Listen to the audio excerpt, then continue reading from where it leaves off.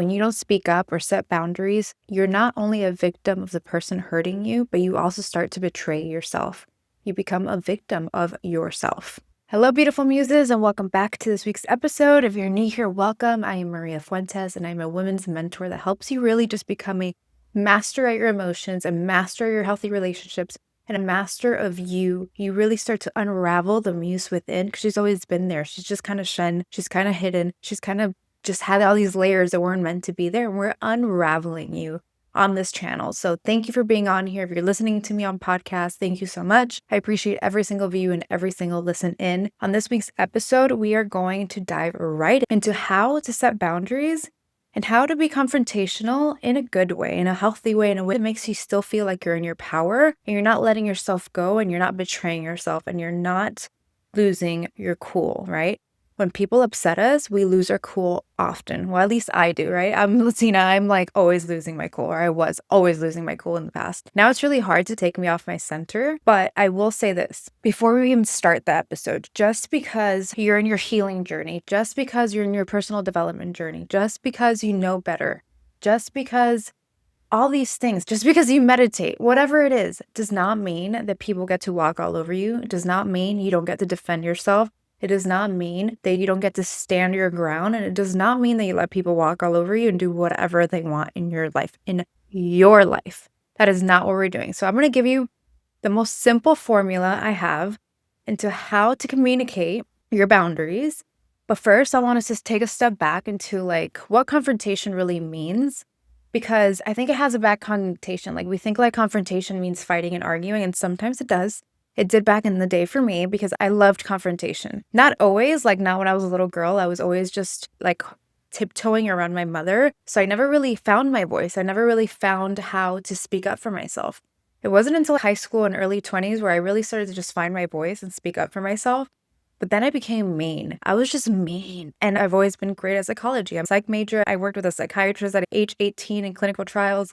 I've always been around psychology and I'm super intuitive. That's why I love working with women, because I know and I feel what you're about to say and how you're feeling, because I just know it. I feel it. I know it. And I use psychology paired with that. And I get to the root cause of what's causing the issue.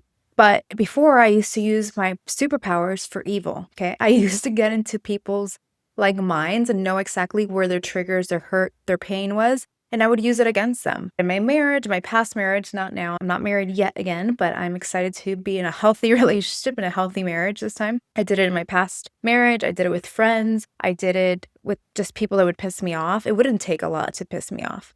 And so whatever edge of the spectrum you're in, whether you're like, yeah, I don't speak up, I'm always just really quiet, I'm just worried about what people are going to think, or you're super reactive and you're just ready to fight, I'm here to help you find a middle ground, because I have been on both and neither are healthy. Because one, I would do this a lot too, even in my 20s when I had friends or people close to me, or even with my ex-husband, I would just not say a lot and hold things in, and then I would explode. There would be this buildup. So holding your feelings in, your emotions, what you want to say, if somebody crossed a boundary and not speaking up those feelings, it's not going to help you grow. It's going to help you bubble in what you don't want, which is resentment, guilt, anger, shame, all these different things. But you're going to get the same feelings from going to the opposite end of the spectrum and being super angry, super confrontational, just wanting to fight and scream and yell and be heard that way, because neither of these two create connection in a long-lasting relationship. What I've noticed with women, myself included, is that we are afraid to speak up and say what we really truly feel or need, because one, we don't feel like we're worthy enough. We think we're going to get rejected, or someone's going to just not show us love back or leave us or anything like that, which brings me to my second one, or we're going to be left. We're afraid that if we speak up, the relationship, whether that's a friendship, the work relationship, the romantic relationship, is going to end. We think like, no, well, if I say something, that person's going to leave. They're not going to want to be there, or we don't feel worthy of being listened to. Both of those feelings probably comes from not being heard, not being understood as a child, and also probably being shunned and abandoned and told to go to your room and why are you crying and all these different things that you probably felt as a child too. So the root cause comes from being a child, but we have to recognize that as women now in our power, in our personal development journey, we're not children anymore, and people don't get to step all over us, do whatever they want. And we get to find a center and a really grounded place to do this without the fear of them leaving us and without the fear of being too much or not heard or abandoned or like we're not worthy of being understood, because you're absolutely worthy of being understood.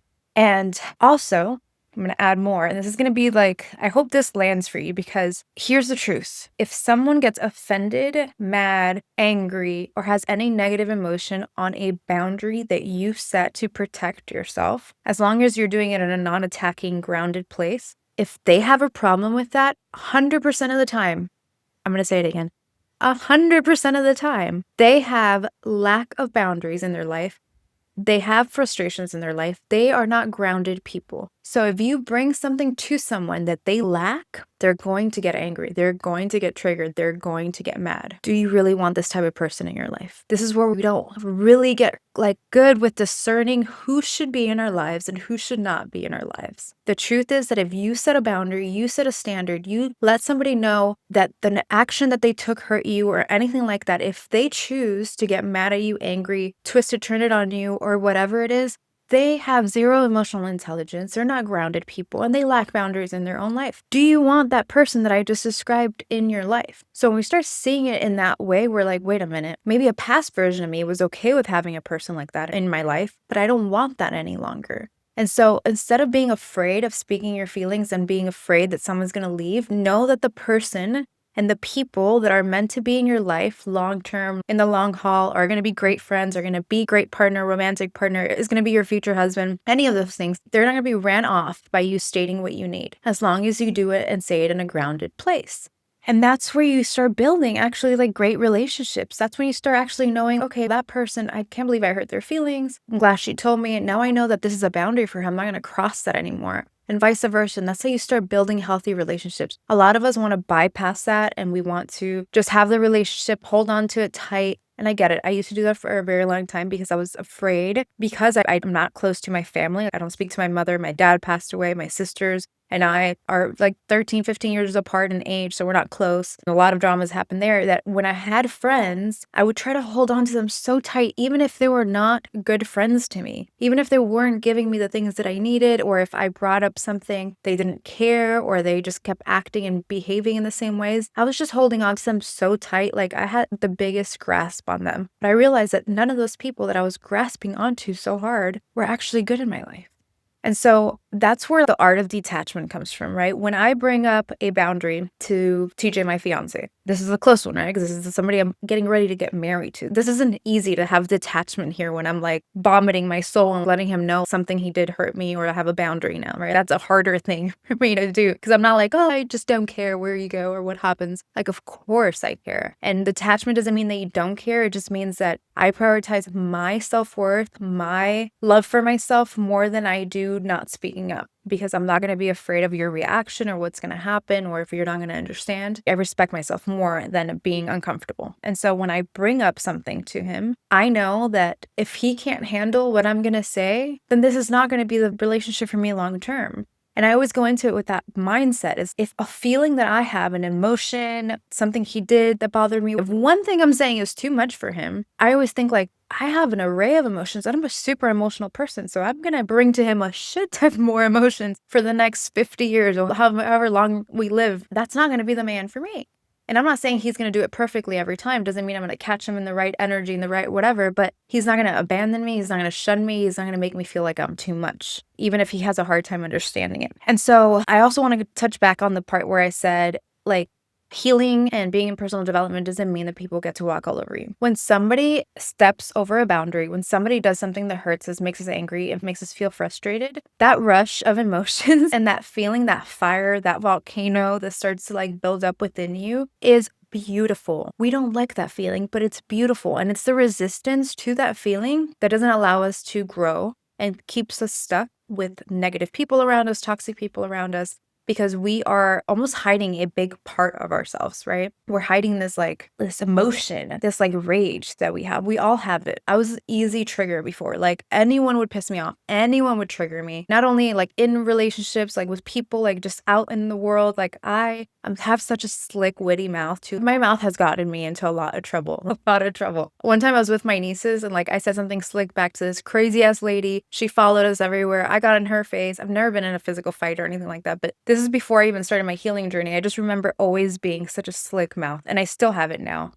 I'm Latina. Like I can't hide that part of me. I still feel it. Like I feel the rage. I just know better now, because what I realized that with the rage, if I let it take over me, I feel so much shame and guilt later. I don't feel like I did a good job. I feel like less than, right? Because I allowed my emotions to take over. Doesn't mean now that when the emotion comes in, I'm like, oh, no, don't take over. I will repress it. That's like the opposite end of the spectrum. We don't do that either. What we do is that we see it. It's like now when somebody makes me so angry, I like see it, I let it bubble up. And then if the relationship is worth my time, my energy, I will wait before I react. So this is the formula, right? You feel the emotion. You have to like allow yourself to see it. That is part one. You don't react to it. You just see it. Like allow the anger to build up. Allow the fuck this, the fuck that, the mother beep, beep, beep. Add all the like the beeps here. I don't know that I should be able to like curse this much on the channel. Add all the beeps. Go punch a pillow. Go get angry. Go yell into the pillow. Whatever you need to do, see it for what it is. Allow the anger to be there. Feel it fully in your body.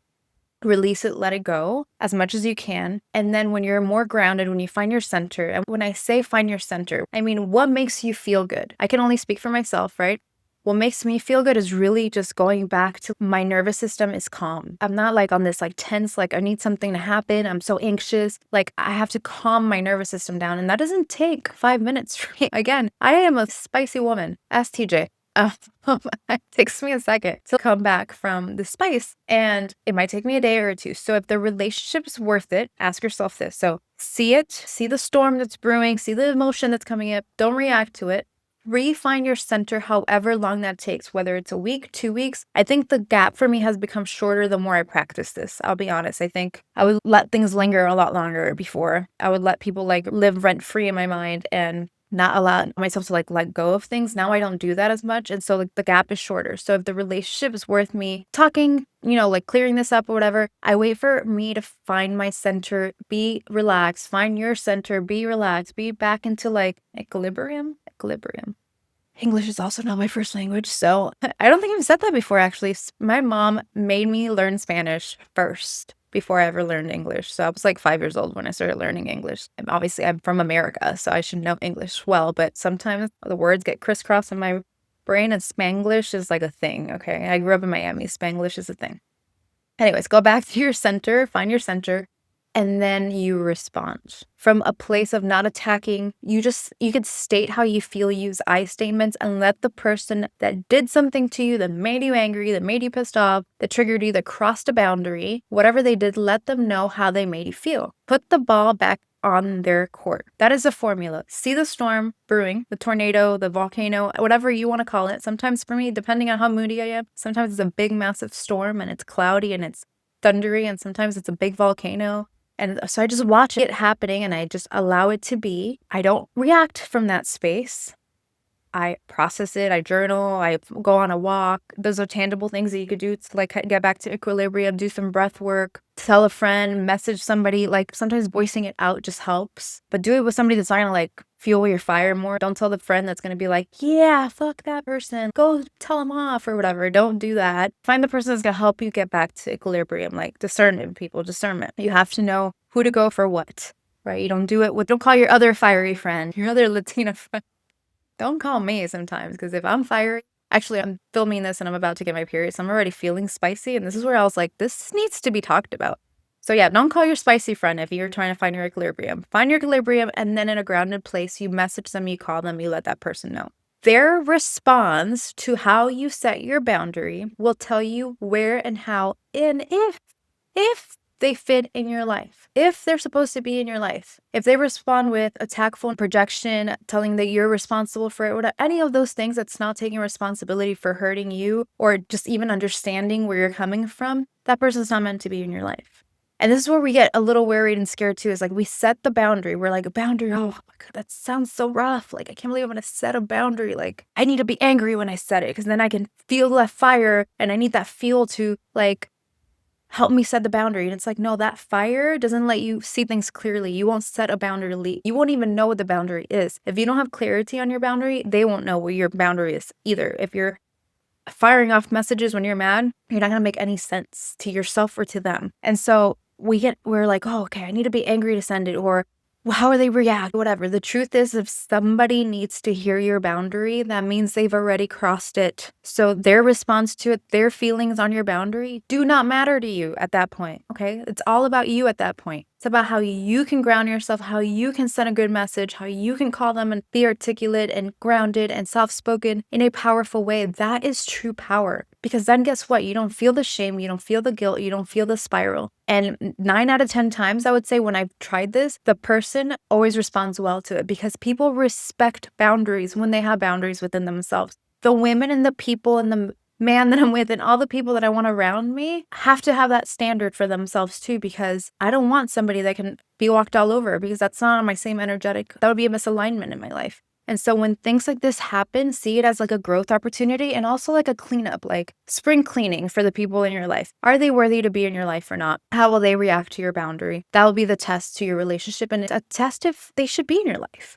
And so I hope this video helped. If you guys liked it, share it. Please send it to somebody that needs to hear this, because I do believe that this is such a powerful conversation that needs to be had. We don't need to be angry, yelling, screaming to set boundaries. The more grounded you are, the more powerful you are. Your power is in how fast can you go back to your center? That's all it is. Things will always happen. But if you're constantly like, oh, something happened, my energy's over there, my energy's over there, my energy's over there, do you feel like you're going to feel grounded and great at the end of the day? No, you're going to feel all over the place. You're going to feel like, oh my gosh, my life is a mess. Events will always happen. People will always trigger you. Things will always be around you. Like TJ and I joke about living under a rock because we really are just such introverted, like quiet people. We don't love having a bunch of people around us, usually because there's always some weird drama with people. And we're like, what the fuck? Get away from us. But the truth is that we can't not do that, at least not yet. Maybe in our elderly ages, we'll be able to just go live on a deserted island somewhere. But until then, all I have control over and all you have control over is finding your center. That is the